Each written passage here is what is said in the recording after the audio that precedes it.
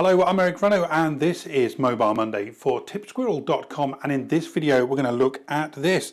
It's the Huawei P9.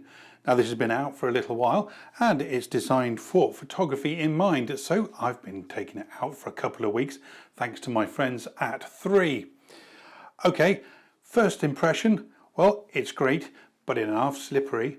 I'll tell you what, if I put this in the side pocket of my trousers and go in the car, I can guarantee it's going to slide out. It's very slippery to the touch, but that seems to be quite common for various phone manufacturers these days. Okay, the next thing you're going to notice when you unbox it is that it has 2 lenses. Now this is a great idea. The idea here is that the 2 photographs are taken at the same time, they're merged together to make it as sharp as possible, and it really does work very well. Not new technology, we've seen this already in an Honor phone a couple of years ago, of course. Okay, let's switch on, and that's another beautiful thing. It's got a little pad on the back that takes your fingerprint, and it is blisteringly quick. Let me turn that off and show you again. So here we go, and we'll go on. Oh, incredible. All right, let's go into the camera. Now we've got a standard camera here and it works pretty well. But if we flip over from left to right, you can see we've got different modes. These include the camera monochrome, which allows you to take a black and white photograph on the fly. Okay, it's nice, but I'd rather take my images into Lightroom Mobile, for example, and do it there. Beauty, not even going to bother with that, don't like those. And then we've got panorama and night shot. And night shot's really cool. Here's an image I took without night shot, and then directly afterwards I took this shot using night shot.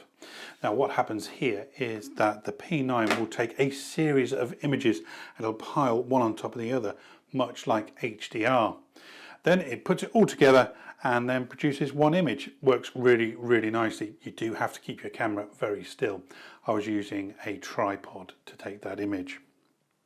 Alright, next along you can see that we've got light painting, and if I tap into that, down the bottom, I'm just going to cover the camera so it makes it a little bit easier to see. Down the bottom there you can see that we have tail lights, and this is for light painting, cars perhaps. But if I tap on it, you can see we get different ways to use this, whether it be light graffiti, drawing with light, silky water, or Star Trek.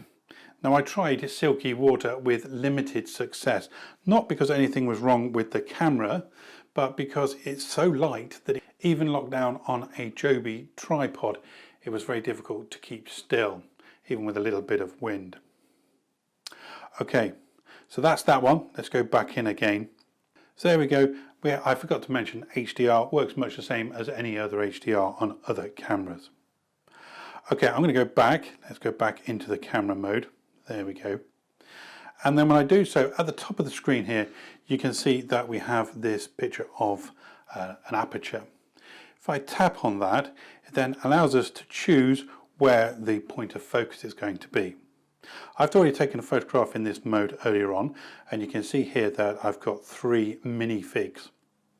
At the moment, the focus is on the minifig at the back, but actually when I took this photograph, the focus was on the one in the foreground.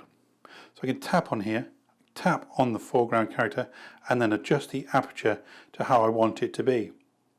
I can tap again, perhaps on this middle one, and then change the aperture for that as well. So this is changing the depth of field after the fact. Now with an image like this, it works really well because there's nice straight edges and they're quite stood out on the white background.